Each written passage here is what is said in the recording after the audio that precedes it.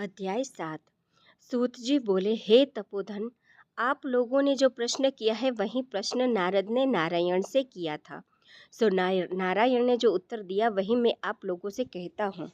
नारद जी बोले, विष्णु ने अधिमास का अपार दुख निवेदन करके जब मौन धारण किया तब हे बद्रीपते, पुरुषोत्तम ने क्या किया सो इस समय आप हमसे कहिए। श्री नारायण बोले, हे वत्स, गोलोकनाथ श्री कृष्ण ने विष्णु के प्रति जो कहा वह अत्यंत गुप्त है, परंतु भक्त आस्तिक सेवक दंभ रहित अधिकारी पुरुष को कहना चाहिए। अतः मैं सब कहता हूँ, सुनो। यह आख्यान सत्कीर्ति पूर्ण यश सुपुत्र का दाता राजा को वश में करने वाला है और दरिद्रता को नाश करने वाला एवं बड़े पूर्णों से सुनने को मिलता है। जिस प्रकार इसको सुने उसी प्रकार अनन्य भक्ति से सुने हुए कर्मों का करना भी चाहिए। श्री पुरुषोत्तम बोले, हे विष्णु, आपने बड़ा अच्छा किया जो मलमास को लेकर यहाँ आए। इससे आप लोगों के कीर्ति पावेंगे। आपने जिसका उद्धार स्वीकार किया उसको हमने ही स्वीकार किया, ऐसा समझे। अतः इसको हम अपने समान सर्वोपरि करेंगे। गुणों से, कीर्ति के अनुभव से, षडेश्वर से, पराक्रम से, भक्तों को वर देने से और भी जो गुण है उनमें से पुरुषोत्तम जैसे लोक में प्रसिद्ध हूँ, वैसे ही यह मलमास भी लोकों में पुरुषोत्तम करके प्रसिद्ध होगा। मेरे में जितने गुण हैं वे सब आज मैं इन्हें इसे दे दिए। पुरुषोत्तम, जो मेरा नाम लोक तथा वेद में प्रसिद्ध है, वह भी आपकी प्रसन्नता का अर्थ आज मैंने इसे दे दिया है। मधुसूदन, आज से मैं इस अधिमास का स्वामी भी हूँ। इसके पुरुषोत्तम इस नाम से सब जगत पवित्र होगा। मेरी समानता पाकर वह अधिमास सब मासों का राजा होगा। यह अधिमास जगत पूज्य एवं जगत से वंदना करवाने योग्य होगा। इसकी पूजा और व्रत जो करेंगे उनके दुख और दारिद्र्य का नाश होगा। चैत्रादि सब मास सकाम है, इसको हमने निष्काम किया है। इसको हमने अपने समान समस्त प्राणियों को मोक्ष देने वाला बनाया है। जो प्राणी सकाम अथवा निष्काम होकर अधिमास को पूजन करेगा वह अपने सब कर्मों का भस्म कर निश्चय मुझको प्राप्त होगा।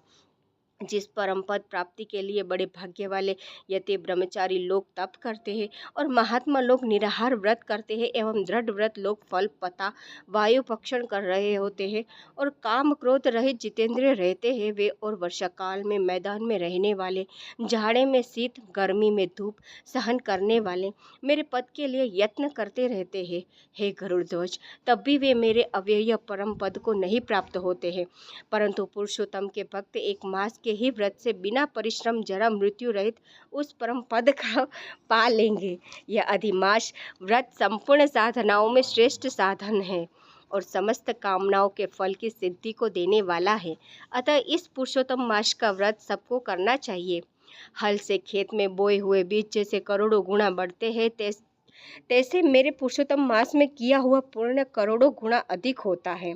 कोई चातुर्मास्य आदि यज्ञ करने से स्वर्ग में जाते हैं, वह भी भोगों को भोग कर पृथ्वी पर आते हैं, परंतु जो पुरुष आदर से विधि पूर्वक अधिमास का व्रत करता है वह अपने समस्त कुल का उद्धार कर मेरे में मिल जाता है, इसमें संशय नहीं है।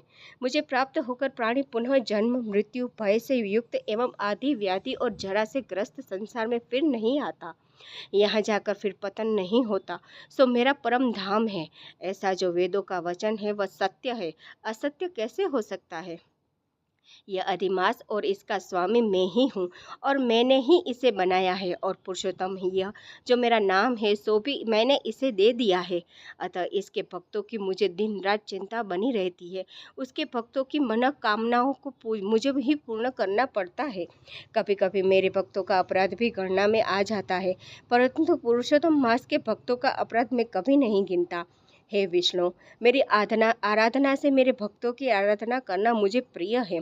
मेरे भक्तों की कामना पूर्ण करने में मुझे कभी देर भी हो जाती है, किंतु मेरे मास के जो भक्त हैं उनकी कामना पूर्ण करने में मुझे कभी विलंब नहीं होता। मेरे मास के जो भक्त हैं वे मेरे अत्यंत प्रिय है। जो मनुष्य इस अधिमास में जप दान नहीं करते वे महामूर्ख, और जो पुण्य कर्म रहित प्राणी स्नान भी नहीं करते वे देवता तीर्थ द्विजों से द्वेष करते हैं, वे दुष्ट अभागी और दूसरे के भाग्य से जीवन चलाने वाले होते हैं। जिस प्रकार खरगोश के सिंह कदापि नहीं होते, वैसे ही अधिमास में स्नानादि करने वालों को स्वप्न में भी सुख प्राप्त नहीं होता है। जो मूर्ख मेरे प्रिय मलमास का निरादर करते हैं और मलमास में धर्माचरण नहीं करते, वे सर्वदा नरकगामी होते हैं।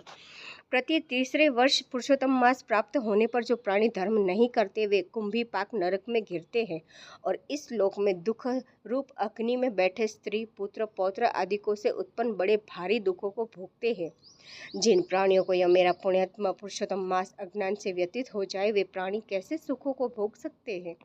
जो भाग्यशालिनी स्त्रियां सौभाग्य और पुत्र सुख चाहने की इच्छा से अधिमास में स्नान दान पूजा आदि करते हैं उन्हें सौभाग्य संपूर्ण संपत्ति और पुत्रादि यदि अधिमास देता है। जिनका यह मेरे नाम वाला पुरुषोत्तम मास दानादि से रहित बीत जाता है उनके अनुकूल में नहीं रहता और न उन्हें पति सुख प्राप्त होता है। भाई पुत्र धनों का सुख तो उसे स्वप्न में भी दुर्लभ है। अतः विशेष करके सब प्राणियों को अधिमास में स्नान पूजा जप आदि और विशेष करके शक्ति के अनुसार दान अवश्य करना चाहिए। जो मनुष्य इस पुरुषोत्तम मास में भक्ति पूर्वक मेरा पूजन करते हैं वे धन पुत्र और अनेक सुखों को भोगकर पुनः गोलोक के वासी होते हैं। मेरी आज्ञा से सब जन्म मेरे अधिमास का पूजन करेंगे। मैंने सब मासों से उत्तम मास इसे बनाया है। इसलिए अधिमास की चिंता त्याग करके रमापते आप इस अतुल्य पुरुषोत्तम मास को साथ लेकर अपने वैकुंठ में जाओ। श्री नारायण बोले। इस प्रकार भगवान श्री कृष्ण के मुख से रसिक वचन श्रवण कर विष्णु अत्यंत प्रसन्नता पूर्वक इस मलमास को अपने साथ लेकर नूतन जलधर के समान श्याम भगवान श्री कृष्ण को प्रणाम कर गरुड़ पर सवार हो शीघ्र वैकुंठ के प्रति चल दिए। इति ब्रह्मणार्दीय पुरुषोत्तम मास महात्म्य सप्तम अध्याय संपूर्ण। जय जय श्री राधे।